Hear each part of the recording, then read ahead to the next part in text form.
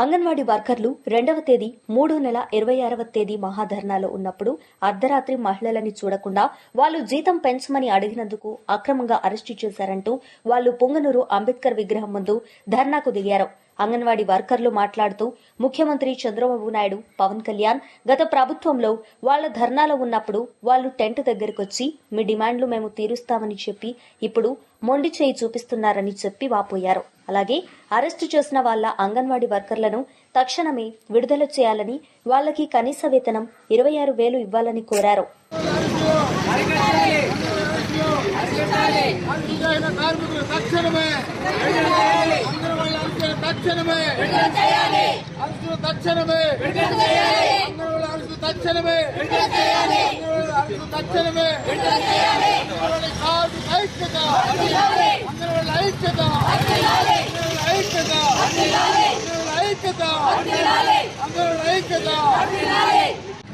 అంగన్వాడీలో అప్పచెల్లెమ్మలో vote నిరసన జరుపుకోవాలి. ఎందుకంటే చంద్రబాబు నాయుడు గారు, పవన్ కళ్యాణ్ గారు మేము మాటిస్తా ఉన్నాం, మాకు ఓట్లేయండి, మమ్మల్ని గెలిపిస్తే మీకు న్యాయం చేస్తామని చెప్పి ఈరోజు మొండి చూపించి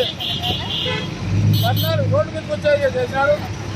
అదేవిధంగా ఈరోజు పర్మిషన్ తీసుకొని విజయవాడ ధర్నా చౌకలో ధర్నా చేస్తూ ఉంటే అర్ధరాత్రిలో ఎవరికి చెప్పకుండా టెంట్ దొరికేసి, కరెంటు దొరికేసి నిద్రపోయే మహిళల్ని ఈడ్చుకెళ్ళి అమానుషంగా ఈడ్చుకెళ్ళి జీపుల్లోకి బస్సులోకి వేసుకొని ఈరోజు ఎక్కడ తీసుకోవాలి తెలకుండా కూడా తీసుకుపోయి అరెస్ట్ చేస్తాడు. దానికి తగిన మూల్యం చెల్లించుకుంటారు. కంపల్సరిగా పవన్ కళ్యాణ్ గారు ఆడబిడ్డలకు ఏమన్నా జరిగితే కంపల్సరిగా నేను ముందుంటా అని చెప్పి ఆయన ఏడున్నాడు తెల్లా. ఆయన కూడా చెప్తాను, అయ్యా ఆడబిడ్డలు చూడండి, ఆడబిడ్డలు చూస్తే ప్రభుత్వం బాగుంటుంది, ప్రజలు బాగుంటారు. ఆవులు కానీ ఆడబిడ్డలు కానీ ఘోషిస్తే ప్రభుత్వానికి నష్టము, ప్రజలకు నష్టము అని చెప్తా ఉన్నాము. మీరు కూడా స్పందించి మా అక్కచెల్లెలకి, అంగన్వాడీలకి 26,000 రూపాయల జీతాలు పెంచాలి, వాళ్ళని ప్రభుత్వ ఉద్యోగులుగా గుర్తించాలి, వాళ్ళకి న్యాయం చేయమని డిమాండ్ చేస్తా ఉన్నాం.